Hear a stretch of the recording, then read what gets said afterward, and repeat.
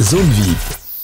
Nous sommes avec Alain Bernard, merci beaucoup d'être avec nous. Alain, on va revenir ensemble sur votre vie en entier, des bassins d'Aubagne à celui de Pékin, à votre vie de retraité le plus actif de France. On repart dans votre enfance rapidement, vous naissez en 1983 à Aubagne, à côté de Marseille. Vous vous inscrivez pour la première fois dans un club à l'âge de 6 ans, celui de votre ville, à Aubagne. Mais plus jeune, vous n'étiez pas forcément le plus fort dans les bassins. En effet, alors quand j'étais plus jeune, j'étais pas le plus rapide. Dans l'eau par rapport à mes collègues d'entraînement, par rapport à mes adversaires, mais je pense que j'étais l'un des plus passionnés et c'est ça qui va aussi jalonner la suite de mon parcours derrière. Voilà, le fait de se retrouver à l'entraînement, partir en compétition, en stage, c'est une vraie aventure et c'est ça que j'ai aimé avant tout, même si j'ai toujours eu la fibre du compétiteur et d'essayer de progresser chronométriquement, c'est avant tout la passion qui m'animait. Et vous rêviez de faire la natation votre métier plus jeune ou pas forcément, vu que voilà, il y avait pas un moyen d'être nageur professionnel, ça n'existait pas à l'époque? Non, alors ça n'existait pas à l'époque, ça n'existe toujours pas aujourd'hui. Nageur professionnel, ça n'est pas un métier à part entière, c'est une activité qui est très chronophage et très professionnelle dans la démarche, mais le statut n'a malheureusement pas beaucoup évolué. Oui, je rêvais de faire des équipes de France, de représenter mon pays, mais c'était un objectif bien trop ambitieux et j'avais du mal à me projeter là-dedans, quoi. Ça viendra plus tard au fil du temps. Plus jeune, Alain Bernard, vous préfériez nager en dos et en quatre nages, pas forcément en nage libre. Enfin, le crawl, c'était pas une nage qui vous attirait forcément. Alors, c'est vrai qu'on s'entraînait beaucoup en crawl et puis on faisait par exemple un quart à un cinquième du volume d'entraînement dans nos nages de spécialité. Et dans le club dans lequel j'évoluais, j'avais un copain qui était bon en brasse, un autre en papillon, un autre en crawl. Et pour compléter une équipe, notamment sur des relais 4 nages, eh bien, je me suis retrouvé à faire du dos et du 4 nages. Donc, j'étais un peu moyen, on va dire, dans toutes les nages. C'est pour ça que ça m'a orienté un peu sur cette spécialité-là dès l'adolescence et ce jusqu'à début de l'âge adulte.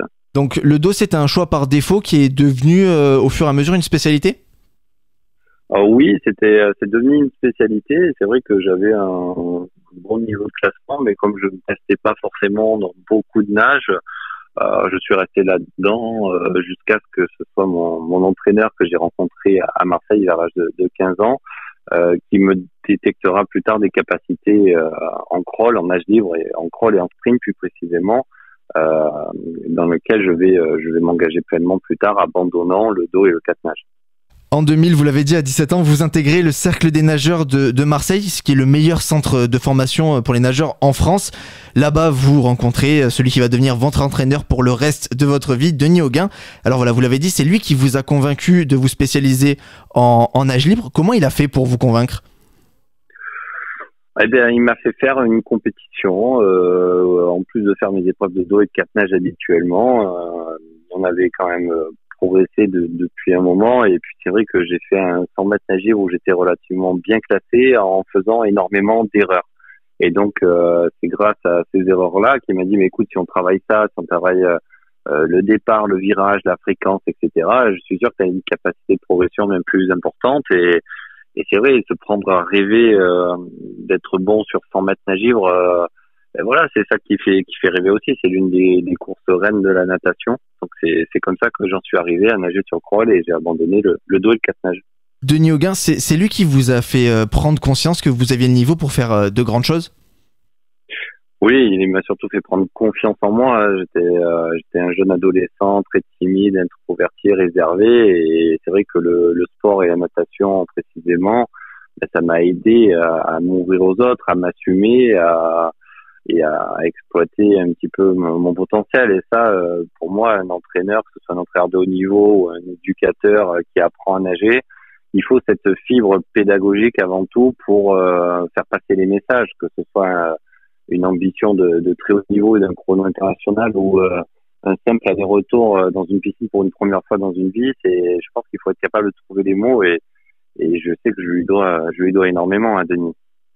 Vous le devez énormément et vous acceptez beaucoup de choses vu que vous nagez plus de 14 km par jour à l'époque avec des séances de musculation entre les entraînements évidemment.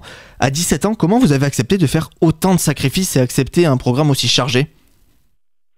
Je pense que dans la vie, on est capable de s'engager dans un projet à partir du moment où l'on y croit. Donc, quand on croit qu'il faut mettre beaucoup de choses en place pour envisager envisager une potentielle progression, ben on est prêt à s'investir à la hauteur qu'il le faut, même si les résultats ne sont pas arrivés tout de suite. C'est vrai que je suis rentré dans une mécanique d'entraînement et de rigueur et d'exigence assez tôt, et avec le temps, voilà, ça a fini par payer, mais c'est l'objectif en fait qui va primer, qui va conditionner un petit peu notre comportement au quotidien, et c'est ça que j'essaie de partager et de transmettre sous différents aspects aujourd'hui. Vous avez quand même pu profiter de votre jeunesse, boire des coups avec les copains, aller en boîte, enfin voilà, faire des trucs de jeunes. Bah, je l'ai fait un peu plus tard. Moi, j'ai fait ma crise d'adolescent à 30 ans, donc j'avais un peu plus de moyens. C'était peut-être un peu mieux. C'est des choses que j'ai mis entre parenthèses.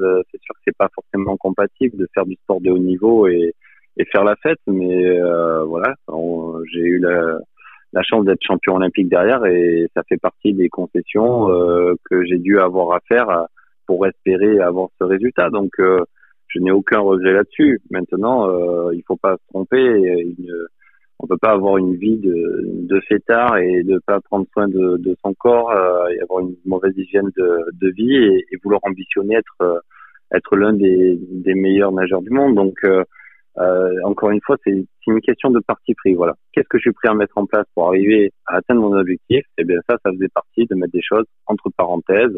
Et en effet, les collègues qui sortaient des cours et qui allaient au cinéma et qui se retrouvaient le soir ou qui faisaient la fête, eh bien moi j'ai essayé de me coucher sagement, même si bien sûr j'ai quand même bien profité et j'ai su faire la fête en temps voulu, quoi.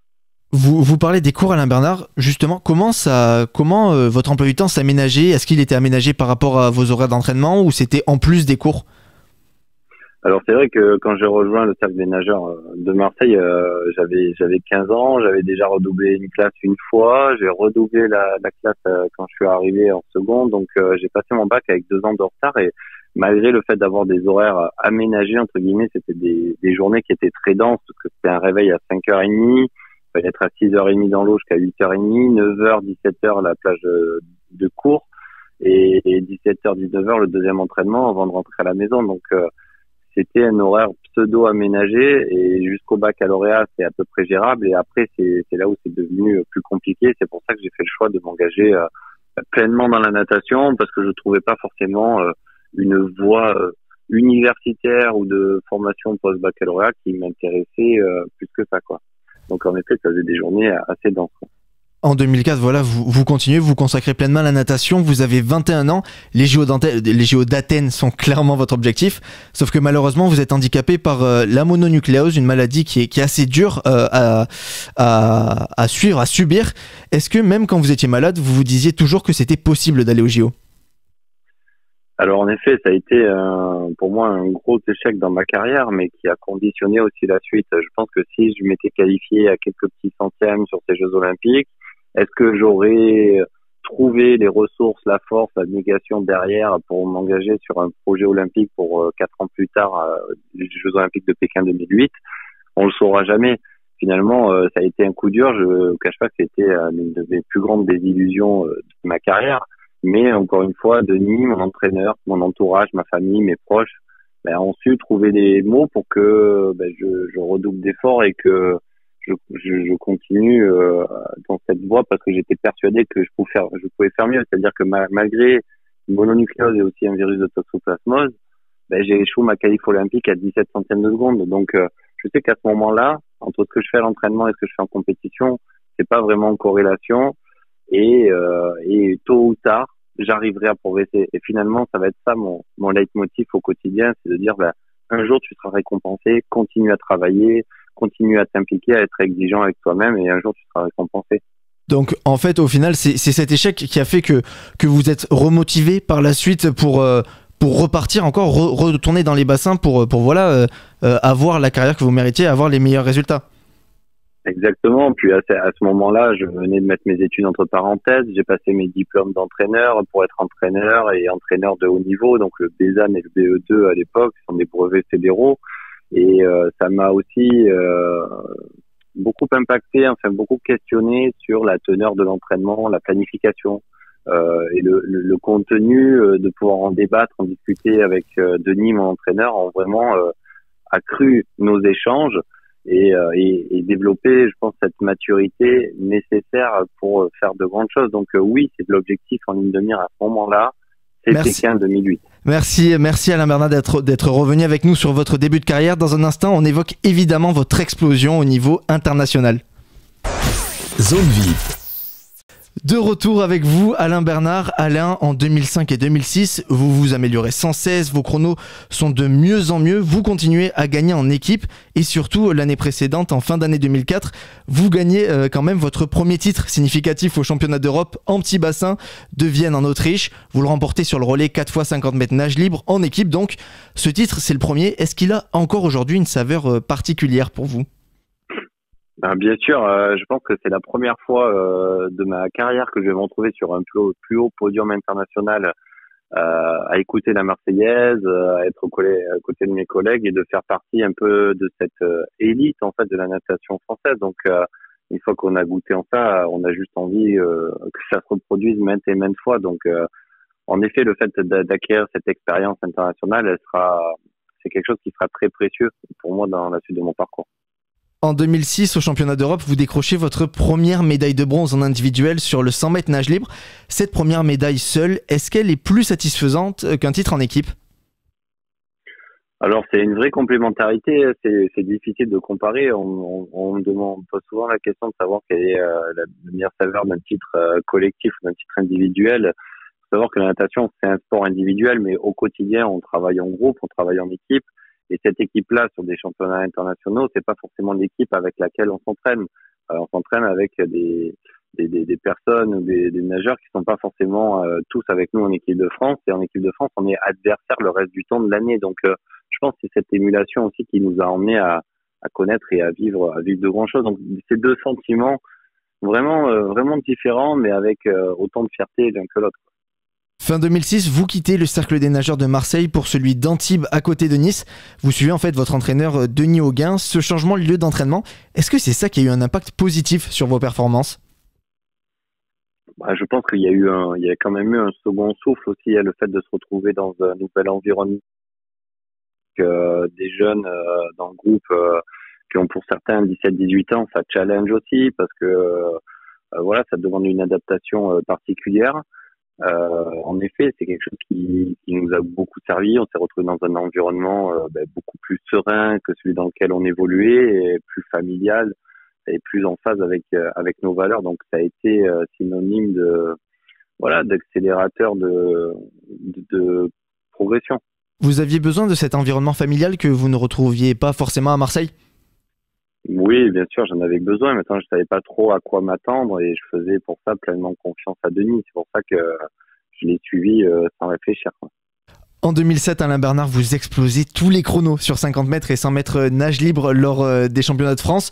Vous restez longtemps même meilleur chrono mondial de l'année sur ces distances, mais vous n'avez jamais vraiment confirmé au championnat du monde. Est-ce que vous aviez une trop grande pression lors de ces compétitions mondiales et c'est ça qui vous empêchait d'aussi bien performer que lors des championnats de France ? Alors, c'est peut-être une trop grande pression ou en même temps une trop grande confiance. En fait, c'est vrai que les championnats du monde en 2007, j'échoue à la 9e place, en fait, aux portes de la finale, alors que j'avais toutes les chances d'accéder à un podium mondial. Et j'ai pas réussi à concrétiser. Donc, comme quoi on a beau être sérieux, rigoureux, impliqué, etc. La concentration, elle se joue jusqu'au bout. Et ça peut avoir de forts préjudices. Donc en effet, j'ai réalisé les meilleures performances mondiales de la saison, mais après ces championnats du monde là. Et pour moi, la compétition internationale, finalement, j'ai moins de pression sur une compétition internationale que sur un niveau championnat de France, parce que au niveau championnat de France, c'est là où on peut espérer se qualifier. Donc il y a finalement plus de pression en France qu'à l'international. Mais vous n'avez jamais ressenti de lassitude à ne pas réussir à forcément décrocher une médaille au championnat du monde et que ce soit arrivé sur le tard ? En fait, oui, des lassitudes, on en a tout le temps. Et on a toutes les raisons d'abandonner à n'importe quel moment. Quand on est le 2 janvier à 7h du matin, qu'il fait nuit, qu'il pleut, qu'il y a du vent et qu'il faut aller dans l'eau pour faire 2 heures de natation, on se dit mais pourquoi on fait ce sport ? Et il y a plein de situations, de moments qui sont propices à baisser les bras. Mais si on baisse les bras une fois, on les baissera la fois d'après et on ne pourra pas avancer. Donc Voilà, il faut encore une fois rester concentré sur l'objectif parce que c'est cet objectif qui nous conditionne, qui nous anime et qui nous excite au quotidien à construire ces performances. Alain Bernard, est-ce que vous pensez que la natation, c'est un sport encore plus haut niveau qui peut être rapidement plus lassant qu'un autre? Alors en effet, pour atteindre un niveau national en natation, ça demande beaucoup d'efforts, beaucoup de répétitions, mais parce que c'est pas inné d'évoluer dans l'eau. Hein, le fait de développer ses capacités motrices aquatiques, c'est bien plus long que de développer ses capacités motrices sur terre, parce que depuis tout petit, on évolue sur terre à la verticale sur des appuis solides. En natation, on évolue à l'horizontale sur des appuis fuyants, donc ça demande une adaptation permanente qui en fait l'un des sports les plus chronophages qui soit. Et en effet, ça peut être lassant encore une fois, mais voilà, on n'abandonne pas parce qu'on s'accroche à cet objectif. En 2008, année olympique, là vous êtes absolument en feu. Déjà en 2007, vous aviez décroché votre premier titre européen. Et en 2008, au championnat d'Europe d'Eindhoven, vous explosez le record du monde du 100 mètres nage libre. Être détenteur d'un record du monde, c'est un accomplissement ou juste une étape au final? C'est une étape parce que pour moi le rêve c'est quand même la finale olympique, même si depuis tout petit je suis animé par une progression chronométrique au-delà d'avoir une médaille ou un résultat sur une place sur un championnat précis. C'est vrai que de se dire à un moment donné on est le nageur c'est forcément gratifiant. Mais derrière, on a beau être le nageur le plus rapide du monde, à ce moment-là, quand je bats les records du monde, je ne suis pas qualifié aux Jeux Olympiques. Et la qualification, elle va se jouer 3 semaines après sur les championnats de France. Donc il faut rester malgré tout vigilant et pas avoir d'excès de confiance, comme peut-être j'ai pu avoir l'année précédente, qui m'a privé d'une place en finale des championnats du monde. Mais on apprend toujours beaucoup plus de ses erreurs que de ses progrès. Vous arrivez, donc vous vous qualifiez pour les JO et vous y arrivez gonflé à bloc, mais personne ne vous donne favori à l'époque. Est-ce que vous sentiez capable de remporter le titre suprême au final? Alors oui, c'est vrai que dans la dynamique dans laquelle on était inscrit, tous les marqueurs étaient ouverts. Ça faisait un peu plus un an et demi, presque, je gagnais presque toutes les courses que je faisais, que je sois dans un état de forme très moyen ou extrêmement affûté. Ça faisait partie des objectifs que l'on s'était fixés avec Denis, mon entraîneur. Et ça nous a amené un capital de confiance énorme. Maintenant, les derniers mois qui ont précédé les Jeux Olympiques, je ne veux pas vous cacher qu'on passe par des montagnes russes sentimentales, enfin émotionnelles, j'ai envie de dire. C'est un jour on est hyper confiant, le soir même ou le lendemain, on se sent plus bas que terre et on se dit mais jamais j'arriverai à atteindre cet objectif-là. Donc voilà, il faut rester concentré sur cet objectif ultime encore une fois et avancer, prendre les choses les unes après les autres. Le 14 août, vous devenez champion olympique sur le 100 mètres nage libre, le premier français à réussir cette performance, mais c'était loin d'être gagné. Vous avez déclaré que vous aviez les jambes qui tremblaient au moment à vos marques. Ouais, c'est ça, c'est au moment du départ, j'ai quasiment pas eu de pression, ressenti d'énormes pressions qui m'a contraint les jours ou les minutes qui ont précédé la course. Et en fait, j'ai eu une accumulation de pression et de stress au moment du départ. Mais encore une fois que le départ était donné, voilà, ce sont les automatismes qui reprennent leur cours. Et c'est vrai que je m'étais dit non, ce serait quand même stupide et débile et complètement con de tomber dans l'eau à ce moment-là et de faire un faux départ et d'être éliminé de la course, quoi. Et au final, vous faites un bon départ, vous la gagnez cette course. Et quelle sensation est-ce que vous vous souvenez de la sensation que vous avez eue quand vous réalisez que vous êtes champion olympique?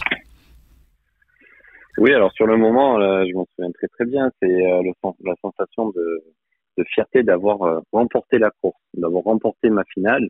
Mais il m'a fallu quelques secondes, pas longtemps, mais très peu de temps pour réaliser que c'était une finale olympique. Et là, je suis complètement en même temps abasourdi, et puis j'explose de joie. Et voilà, c'est des moments que l'on a envie qui durent une éternité. Vous êtes sur le toit du monde, champion olympique, c'est le titre suprême pour n'importe quel athlète? Pour un nageur, enfin un sport comme la natation, en effet, oui, on est sport olympique, c'est pas pour rien. Et c'est vrai que nous, c'est notre Coupe du Monde de foot à nous, c'est les Jeux Olympiques. Alain Bernard, merci beaucoup. Vous continuez à devenir une référence de la natation française jusqu'au JO de Londres en 2012. Tout ça, vous le racontez dans votre autobiographie Mon destin olympique. C'est ce qu'on aborde dans un instant. La zone VIP continue. Zone VIP. Pour cette dernière partie, Alain Bernard, on évoque votre fin de carrière et votre reconversion. En 2010, vous êtes champion d'Europe et décrochez votre premier titre mondial en équipe, mais vous n'avez jamais réussi à décrocher de victoire en individuel au championnat du monde. Ça reste un des plus gros regrets de votre carrière ? Non, franchement, c'est pas vraiment un regret parce que oui, ça aurait été sympa de gagner un titre de champion du monde, mais mon prédécesseur champion olympique, Peter van den Hoogenband, champion olympique de Nice 2004, n'a jamais été champion du monde non plus en individuel. Pourtant, il a été recordman du monde aussi. Non, voilà, ça s'est joué à pas grand-chose sur des championnats du monde en 2009. En 2011, j'étais pas présent sur le 100 mètres, mais non, c'est pas du tout un regret. Finalement, ça fait partie de ma marque de fabrique. C'est des choses qu'on choisit pas forcément, quoi. En 2008, voilà, on l'a dit, vous avez été champion olympique, c'est le plus grand titre. Est-ce que ça n'a pas été compliqué de se remettre dans les bassins quand on est sur le toit du monde ? Champion olympique. Oui, champion olympique. Champion olympique et pas champion du monde. Ah oui, champion olympique, pardon. Justement, on est quand même animé par un... Bon, après 2008, je suis quand même animé par encore et toujours omnibulé, j'ai envie de dire, par une progression chronométrique. Et je sais que j'ai nagé 47, 20 et 21 en finale du 100 mètres à Pékin en 2008.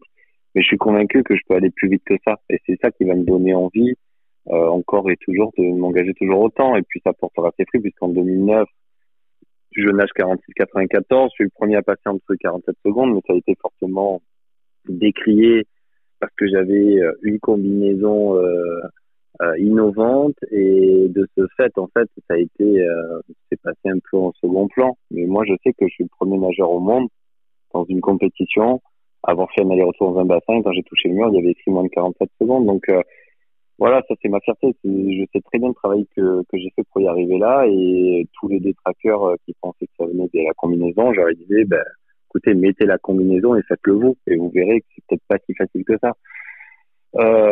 Oui, après voilà, la suite de carrière a été une gestion assez particulière parce il faut apprendre à gérer beaucoup de choses extra-sportives, les médias, les sponsors, les partenaires, les interviews, en plus des entraînements et de la récupération. Donc ça me prend de plus en plus de temps, de plus en plus d'énergie, et mon entraîneur reste tout autant, si ce n'est plus rigoureux, en me demandant de ne rater aucun entraînement ou avoir très peu d'adaptation. Et là, je suis à deux doigts un peu du burn-out et de l'explosion en vol. Et il me dit, bon, écoute, allez, accroche-toi encore cette année. C'était en 2009 à la rentrée. Et l'année prochaine, tu auras une partie un peu plus cool. Tu t'entraîneras qu'une fois par jour pendant 4 mois. Et ça a été nécessaire et fondamental pour la poursuite de ma carrière jusqu'en 2012. La notoriété, est-ce que vous avez réussi à la gérer ? Parce que voilà, vous le dites, ça vous a pris beaucoup de temps et vous vous entraîniez toujours autant. Est-ce que ça a été quelque chose qui a été compliqué à gérer ou vous y êtes fait assez rapidement ? Ah non, c'est quelque chose dont j'ai l'impression que je ne le ferai jamais. En fait, c'est ça toute la puissance du sport que j'essaie de défendre. C'est pas l'aspect notoriété, c'est l'aspect impact en fait que ça peut avoir sur monsieur et madame tout le monde, et ça c'est juste fondamental. C'est pour ça que j'ai envie en plus de partager mon expérience, mes vécus, mes anecdotes et certaines histoires, qu'elles soient plus ou moins glorieuses, j'ai envie de dire, ou jalonnées d'échecs. Donc ouais, ça reste de super souvenirs, et en effet c'est quelque chose dont je ne m'y habituerai jamais, je pense, cette notoriété, même si ça a des avantages, ça a aussi des inconvénients. Pour revenir sur la natation, en 2011, vous réalisez une saison sans victoire majeure et vous arrivez au JO de Londres l'année suivante sans trop de certitude. Vous ne nagerez que lors des relais. Ne pas avoir pu défendre votre titre sur 100 mètres, ça a été une grosse déception ? Non, ça n'a pas été une déception parce que quand je l'ai eu, j'avais 25 ans, et c'est sûr qu'à 29 ans, 4 ans plus tard, on n'est pas aussi bien armé à 25 ans qu'à 20 ans face à des jeunes qui montent en puissance à Mach 2. Et voilà, je sais que j'étais plus sur la fin de ma carrière que le début, et j'ai aucun regret là-dessus, parce que d'autant plus que je termine ma carrière sur un titre olympique en équipe, même si j'ai été nageur remplaçant. Je pense que voilà, j'avais fait mon temps, et surtout je n'avais surtout plus la capacité physique. Au bout d'un moment, le corps il est plus capable d'encaisser cette telle charge d'entraînement. Et si c'était le cas, j'aurais nagé jusqu'à 40 ans, ou même la retraite à 60 ou 65 ans. Hein, mais à un moment donné, on est limité, quoi. Vous le dites, vous avez arrêté votre carrière juste après les JO, donc fini les 14 km d'entraînement par jour, mais aussi vous n'avez plus l'adrénaline des courses. Est-ce que vous avez connu la petite mort du sportif dont parlent la plupart des retraités? Alors non, moi je n'ai pas connu parce que j'étais très vite occupé, sollicité et impliqué dans différents projets et j'ai pas eu le temps de m'apitoyer sur moi-même et puis surtout je ne pouvais pas parce que la décision était mûrement réfléchie. C'est-à-dire qu'elle datait d'il y a 2 ans auparavant mon arrêt, je savais très bien que je m'arrêterais, donc je ne pourrais pas. Bien sûr, j'avais ces petits effets nostalgiques quand je voyais le moment de la course du 100 mètres nagé, puisque surtout que je commentais les courses pour Eurosport à la télévision à l'époque, et je me disais tiens, c'est bizarre, il y a quelques mois ou il y a quelques temps, c'était moi qui arrivais derrière le clos là. Là, je n'y suis pas, mais on peut pas rêver être à la place de quelqu'un sans mettre en place tous les moyens qu'il faut pour y arriver. C'est-à-dire, un matin sur deux, je me réveillais, je me disais, waouh, c'est génial, je vais pas dans l'eau ce matin, quoi. Et j'en avais limite un trop plein, donc j'étais vraiment serein avec ça et j'ai pas du tout connu de gros moments de nostalgie ou de passage à vide. Et tout ça, toute votre carrière, vous la racontez dans votre autobiographie Mon destin olympique, qui est sortie en octobre dernier, qui est toujours disponible partout. Écrire son autobiographie à 38 ans, c'est pas un peu jeune, Alain Bernard? C'est un peu jeune et un peu vieux aussi. J'aurais voulu l'écrire à la suite, à la fin de ma carrière, mais même s'il me reste, je pense, encore beaucoup de choses à faire, je ne pense pas avoir l'énergie pour mener des projets aussi ambitieux que ce que j'ai pu mener. Et voilà, j'ai envie aussi de prendre du temps pour moi, pour ma famille, pour mes amis, beaucoup de choses que j'ai mis entre parenthèses pendant tant d'années. Et voilà, pour raconter un petit peu mon parcours. C'était vraiment c'était une forme de thérapie aussi, cette écriture, hein, pour passer des souvenirs, des anecdotes, des ambiances vécues. C'est sûr qu'il y a des moments nostalgiques, mais au moins, je me dis que j'ai eu la chance de les vivre. Et je souhaite à tout à chacun de vivre ne serait-ce que le 10e de ce que j'ai pu vivre en termes d'émotions positives. Voilà, parce que j'ai eu l'impression d'avoir vécu plusieurs vies avant même mes 30 ans. C'est vraiment, quand je dis un travail de tous les jours, c'est vraiment de tous les jours. Et c'est très coûteux, très très coûteux nerveusement et physiquement. Donc voilà, je voulais laisser une trace différente, quoi qu'il arrive, quoi qu'il advienne, sur mon parcours.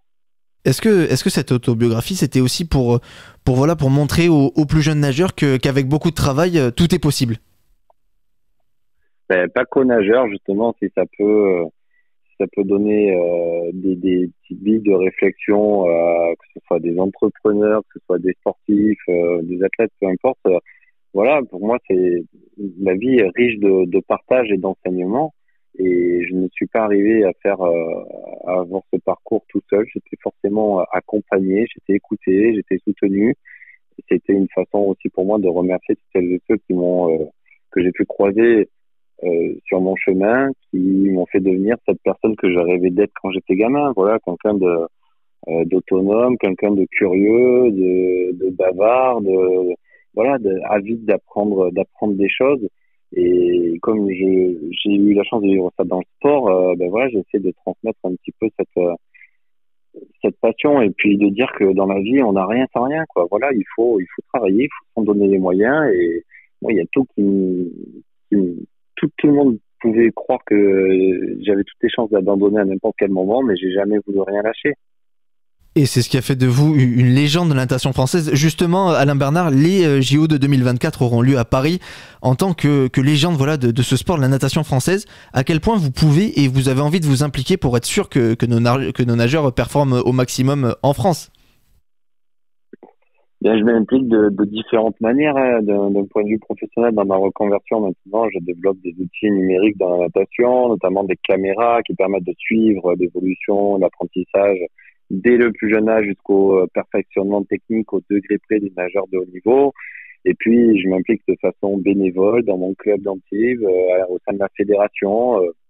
Et puis, plus récemment, voilà, en tant que conseiller municipal à la jeunesse à la ville d'Antibes, c'est mon engagement citoyen, on va dire, pour essayer de rendre l'appareil à la société qui m'a permis de vivre des choses énormes. On est dans un pays extraordinaire, on est dans un pays magnifique.